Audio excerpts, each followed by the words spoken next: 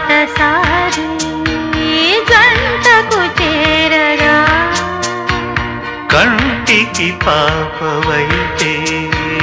రెప్పగా మారనా తూరుపు నీవుగా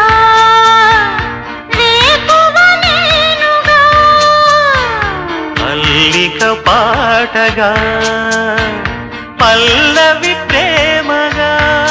ప్రేమించే పెదవులొకటై పొంగించే సుధలు మనవైతే జగతికే అతిథులే జననమౌదిన ప్రేమ జంటకి మౌన